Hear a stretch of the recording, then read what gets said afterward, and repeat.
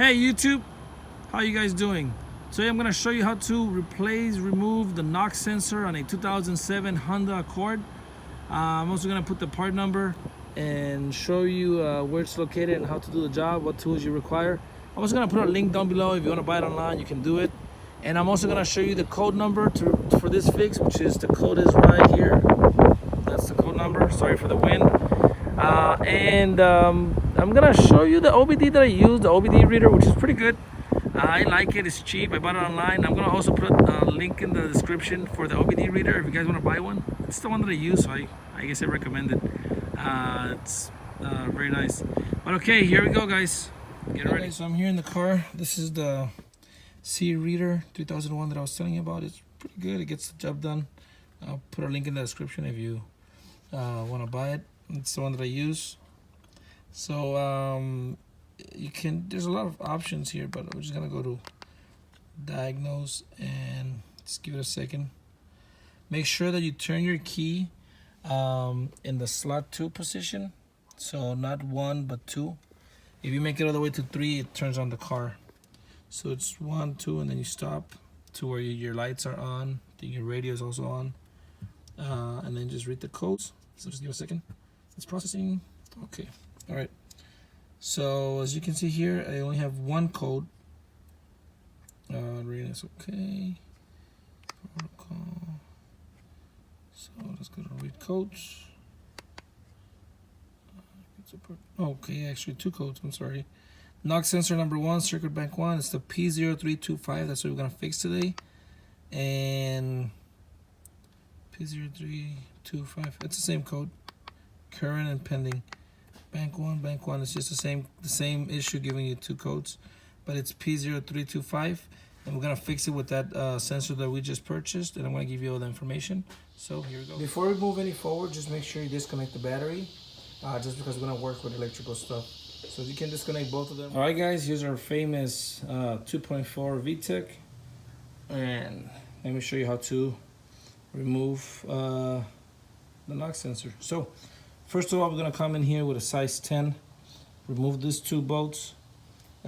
I'm sorry. Remove those 2 nuts and pull this up, and then we'll go from there. Okay, guys. So now that we removed that cover, this is our engine. What we're gonna do is remove this right here, this whole setup. So there's gonna be 4 bolts and 2 nuts, and the bolts are this ones. They're size 12, and also the nuts. So it's a size 12 right here. That's 1. That's a nut 2, bolt 3, nut 4. There's another one 5 right there. There's the 5th one, and there's a 6th one, which is down here. That one right there. Let me put my head in. So it's this one right there. Also a size 12. So once we remove those, then we're gonna go into removing the connections and the hoses and the plugs and all that. But just remove those 6. Again, 2 bolts, 2 nuts, 3 bolts up here, and then 1 there at the bottom. You can't miss it. It's right there. It's this one right here. Boop, right there. They're size 12. Remove those, and then I'm showing you what to do next. Very easy process. Here we go. Okay, guys. So now that we removed those 6, 2 nuts and 4 bolts, including the one in the bottom, everything is already loose, but I'm gonna go on and show you what you need to disconnect. So there's a lot of things. Just bear with me and pause the video or rewind if you need to see. But okay, so we're gonna remove this air hose right here. Just use your pliers right there. Remove that. We're gonna take this out, and I already did most of it just so I can show you. Just remove this from here, and also disconnect this from here. Just pull back. Remove this one. Just release the place and remove this one. Okay, you're gonna unplug this right here at the bottom. It's already unplugged, but it's just a press and pull. Press and pull releases that. You're gonna release this one. Mine is broken, but it's also a press and pull, and just pull this back. Just unplug that there. And also, this is a size 10. Remove that one as well. So that's a size 10 bolt. You're gonna remove that, and this will come loose, and you can move it to the side. Now here, okay, so here you're gonna remove this one. It's an air hose. You're gonna remove that. you're gonna come and remove this two back here, which I already did. They have a radiator fluid, antifreeze, so make sure you catch it at the bottom. So it's two of them, just clips, just squeeze those, move them back, and then pull the hose back. And they're right there. So that's two right there. This plug right here, as you can see, you're gonna remove that as well.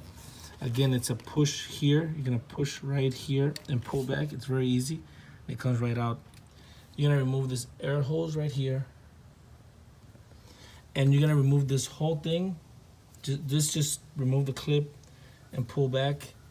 For this right here, there's nothing holding it. Just push it backwards, and it'll just come out. It's like pressured in, so it's very easy. And then just pull this whole thing out. Nothing is holding it either, so you can just pull it out. That's it. That's all the hoses that I removed. Once you get that bolt, this will move backwards. And I'm trying to think. Yeah, that's it. Once you get all that, you're gonna be able to just lift this part. I think you have to like kind of fold it like this and move it backwards. There's a metal gasket right here. Don't forget about it. Don't lose it.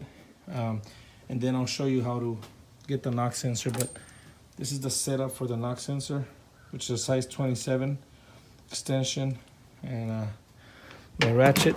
But let me just do this and show you what's next. But just, yeah, if you want to rewind the video, if you don't want to miss those hoses, but you'll see them. If you remove something and try to pull it out, you'll see what's holding it, and then just remove it. Very easy and simple. Okay, so here we go. All right, guys, I removed everything already, as you can see. Everything is right there. Very easy. When you take this off, just remember that there's a gasket. It's a metal gasket, so you can use it again. Just don't lose it, don't break it. So we're gonna put this back whenever we put everything back. Now that you remove that, you see all the space that you have. If you want to remove the starter, it's right there. I'm gonna probably make use this video just for the starter review on how to remove it. But this is your sensor right there. As you can see, mine is broken. You have to use a size 27 socket to remove it.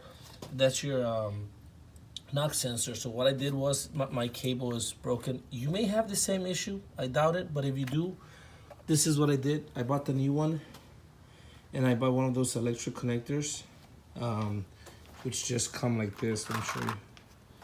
This is this one's, and I kind of just connected it to the new sensor. It's already plugged there, and I'm gonna just plug the cable in here and squeeze it. It was a little bit hard to make sure it fits properly. I had to squeeze it outside and then push it in and do it back and forth until I got like the right space. But yeah, that's it.